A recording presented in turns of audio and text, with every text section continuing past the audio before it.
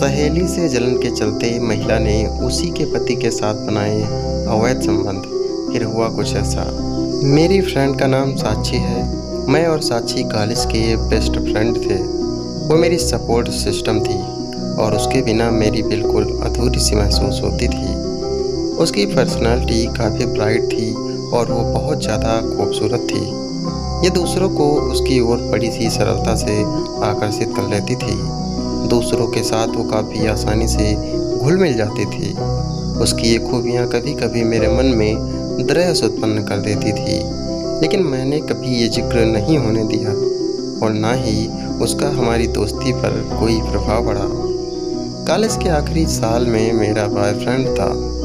एक दिन मैंने उसे साक्षी के मोबाइल पर उसका नंबर टाइप करते देखा। इस बीच दोनों काफ़ी हंसी मजाक कर रहे थे। उसने मेरे मन में दबी पुरानी जलन को और बढ़ा दिया। मेरे लिए ये सहन करना काफ़ी कठिन था कि मेरे दोस्त और मेरा बॉयफ्रेंड फ्लर्ट कर रहे हैं और वो दोनों मुझे धोखा दे रहे हैं। मैंने उससे इस विषय में कोई बात नहीं की क्योंकि मैं दोस्त नहीं खोना चाहती थी और इसलिए ही मैंने अपने बॉयफ्रेंड से ब्रेकअप कर लिया। कॉलेज समाप्त होने के कुछ वर्ष बाद हम दोनों को एक ही शहर में नौकरी मिली और हम फिर से पहले की तरह साथ में समय बिताने लगे। हमारा बॉन्ड पहले से भी ज़्यादा गहरा हो गया था। हम दोनों साथ में पार्टी करते थे, शॉपिंग पर जाते थे और आवश्यकता के समय हमेशा एक दूसरे के लिए मौजूद रहते थे। असफल रिश्ते में रहने के बाद मैं खुद को नॉर्मल ट्रैक पर लाने की कोशिश कर रही थी। इसी बीच मेरी साक्षी के पति से मुलाकात हुई।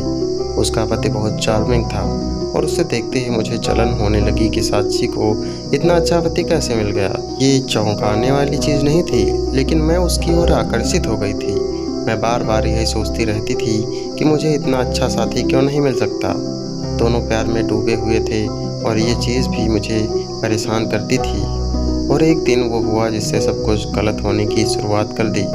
मैं साक्षी के घर गई थी। साक्षी ने मेरे से कॉफ़ी के बारे में पूछा और वो कॉफ़ी लेने किचन में चली गई। मैं व उसका पति अकेले थे। हमारे बीच अजीब सा टेंशन महसूस हुआ और अचानक हम दोनों ने किस किया। हमारा दिल तेज़ी से धड़कने लगा। साक्षी लौटी तो हम लोग नॉर्मल ही व्यवहार करते रहे। उस दिन के बाद मेरे और उसके पति के मध्य कॉल और मैसेज होने लगे और उसके बाद चीज़ें और बढ़ती गई। एक दिन दोबारा से मैं और साक्षी के घर गई। इस बार उसके पति ने मुझे मिलने के लिए घर बुलाया था और साक्षी किसी काम के लिए बाहर गई थी। हम दोनों बेडरूम में संबंध बना रहे थे, तब अकस्मात साक्षी आ गई। हमें देख उसका चेहरा सफ़ेद पड़ गया और उसकी आंखें आंसुओं से भर गई। वो गुस्से में वहाँ से चली गई। मैं कपड़े पहनकर उसके पीछे भागी। उसने मुझे पलट कर देखा तो उसकी नज़रों में मेरे द्वारा दिए गए धोखे का दर्द और दुख नज़र आ रहा था। मेरे कदम वहीं रुक गए। उसके बाद हमारी मुलाकात नहीं हुई। मैंने उससे कई बार कांटेक्ट करने की कोशिश की, लेकिन कुछ काम नहीं आया। दूसरी तरफ मेरा और उसके पति के दरमियान रिश्ता और गहरा होता गया। उसका पति काफ़ी केयरिंग था और मुझसे प्यार जाहिर करता था। मैं खुश थी। इस सब के मध्य तलाक फाइनल हुआ तो उसने मुझे प्रपोज किया और मैंने हाँ कहा। इस रिश्ते के लिए मुझे अपनी दोस्ती तोड़नी पड़ी थी, लेकिन मैं सोचती थी कि कुछ पाने के लिए कुछ खोना ही पड़ता है। परंतु मेरी ये खुशी ज़्यादा दिन तक नहीं टिकी, क्योंकि कुछ ही समय बाद मुझे शक होने लगा कि मेरे पति का किसी से अफेयर चल रहा है।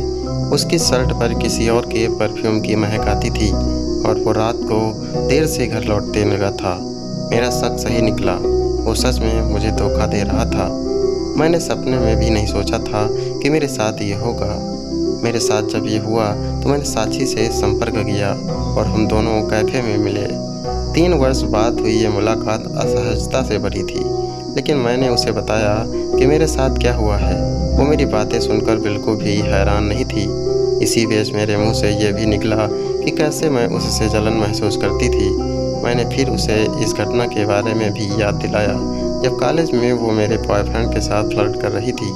कुछ देर के लिए वो हैरान हुई और फिर उसके चेहरे पर गुस्से के भाव आ गए। उसने बताया कि वो मेरे उस दौरान के बॉयफ्रेंड नहीं बल्कि उसके दोस्त की ओर आकर्षित थी और वो उसे इम्प्रेस करने के लिए ही उससे सहायता मांग रही थी। सच सामने आ चुका था और मेरे पास कहने और करने को कुछ नहीं बचा था। मैंने अपनी ज़िंदगी की सबसे बड़ी गलती की थी और उसकी वजह जलन थी।